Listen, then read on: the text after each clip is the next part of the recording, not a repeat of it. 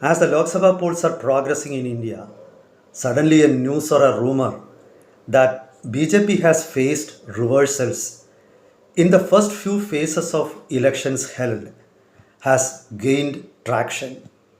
Now, is this true? Did the BJP suddenly lose its popularity? The answer to this has already been given by one of the most prominent political observers and a very influential political consultant, Prashant Kishore. He said that it's impossible for the BJP in the present situation to face defeat, but at the same time, the goal of BJP to win over 400 seats will not fructify. Now, is this true? Are there reasons to completely believe the words of Prashant Kishore? Now, what is the real situation? Let us take a comprehensive look into it to reach a convincing and impartial conclusion. Welcome to Insights. This is Hari Kumar.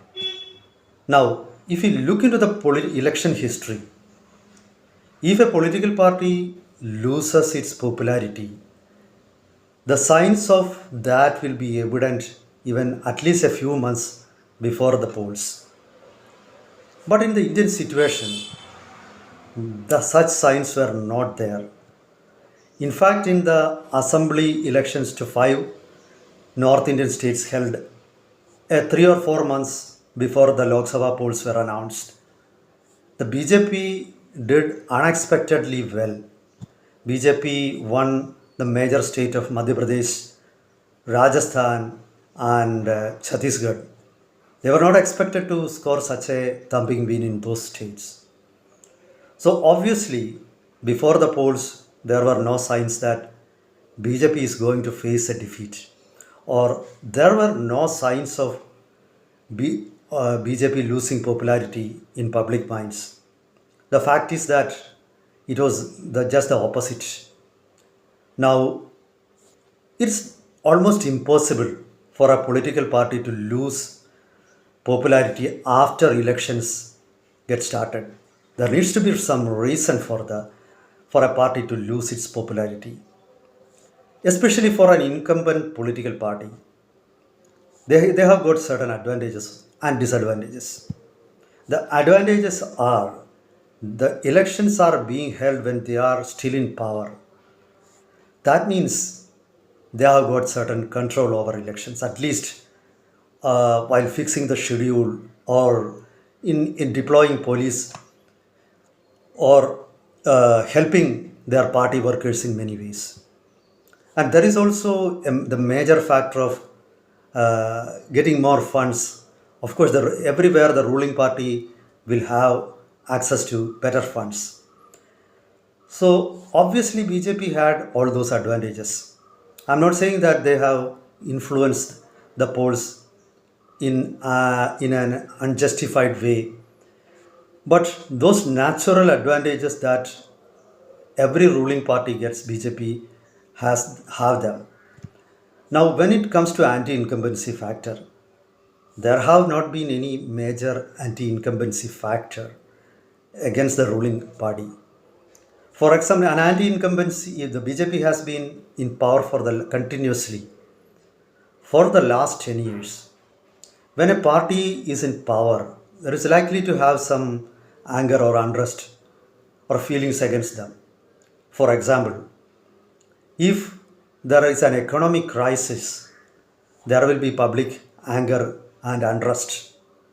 If a country loses a war, again there will be some anger and public unrest.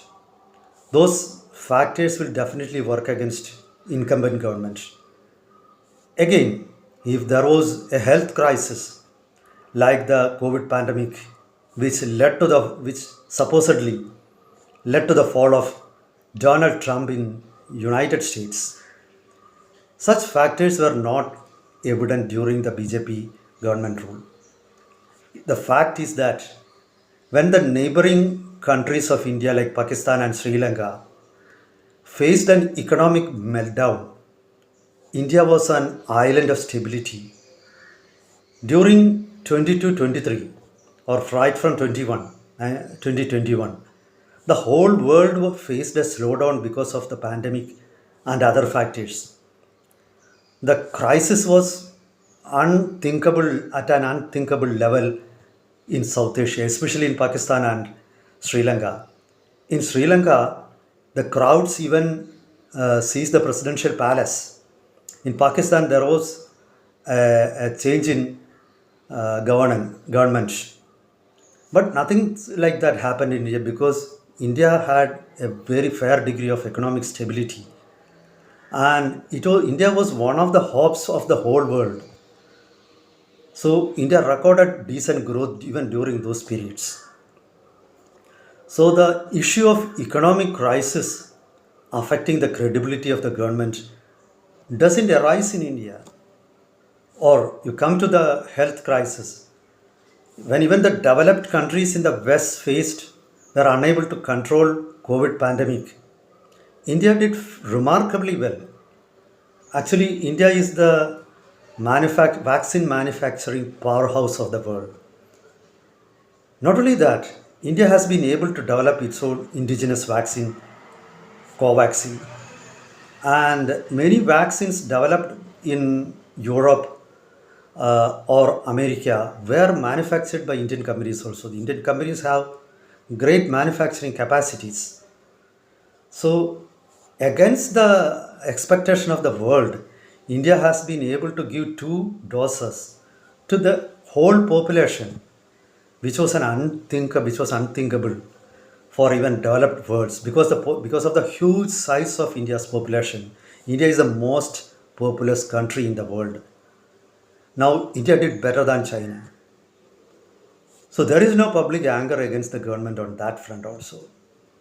Now, during the past few years, if you look at the defense sector, India has made remarkable strides, great strides. India has made orbital leaps in manufacturing sector. Now, India has grown economically very well. Now, India's electronics exports are at an unthinkable level. India is slowly replacing China as the manufacturing center. Many companies like Apple have shifted from China to India, their manufacturing base. Almost 20 to 20, more than 20% of the products of the iPhones of Apple are being manufactured in India now. So the government has many things to project. But unfortunately, the BJP government lacks the level of intellectual depth and their propaganda machinery is actually weak. This is why they have not been able to project their own gains or take their own gains to the public minds. So, of course, opposition is making use of that. Now, from what I said, it is very clear that there is no factor that prevents BJP from winning again. That was what all the pre-poll surveys indicated also. I'm not saying that everything is hunky-dory with Narendra Modi government or Narendra Modi himself has become a demigod in the minds of India. I don't agree with such views. The BJP is winning because of its ideology, Hindutva, the appeal of Hindutva. Of course, Narendra Modi as a prime minister, he has not done any major wrongs. He is known to be an honest person, and there is not a single spot of blemish, corruption, or no corruption, major corruption allegations have been raised against his colleagues in the ministry also. All that factors goes to his advantage. Maybe growth may not be up to that expected level, economic growth I am seeing, or still there is disparity of wealth between the rich and the poor, all those factors. But as the government claims, a good number of people have come out of poverty line. But there are still many things to be done. The middle class expected many advantages from the BJP government, but the government has not been able to fulfill all their wishes. But however, there is no major issue that causes public anger. So that will definitely help the BJP from the available political leaders and political parties. BJP looks far better. As a prime political leader, Narendra Modi is far ahead of opposition leaders like Rahul Gandhi or now the corruption charged Arvind Kejriwal or the dynasties in different states like Karunanidhi dynasty in Tamil Nadu or those Chautala dynasty in Haryana or the violent administration of Mamata Banerjee in Bengal. You compare BJP government with all those governments and BJP is far better. So there is no reason for BJP to lose. And when it compares to caste and religion, actually the polarization actually works in the advantage of BJP. Now, tell me why should BJP lose when all those factors are for them and no major issue, there is no major factor loaded against them. But at the same time, to think that the BJP will score 400 plus, it's a far fetched dream. Only once in India that happened, and that too, Rajiv Gandhi came to power riding piggyback on a sympathy wave created by the heinous murder of Indira Gandhi by her own guards. Now, that was a rare occasion. Leaders like Indira Gandhi or Jawaharlal Nehru were not able to get a majority of 400. For if BJP is to achieve such a majority, the party needs to be equally strong in South India as well as East India also. Now, they could dream of it and they will do much better this time in South India. But at the same time, they are unlikely to score 400 plus.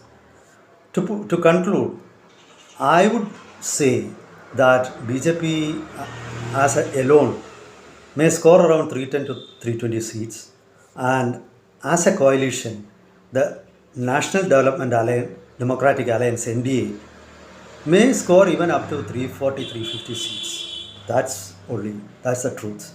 That's for now. Meet you with another topic next time. Till then, goodbye.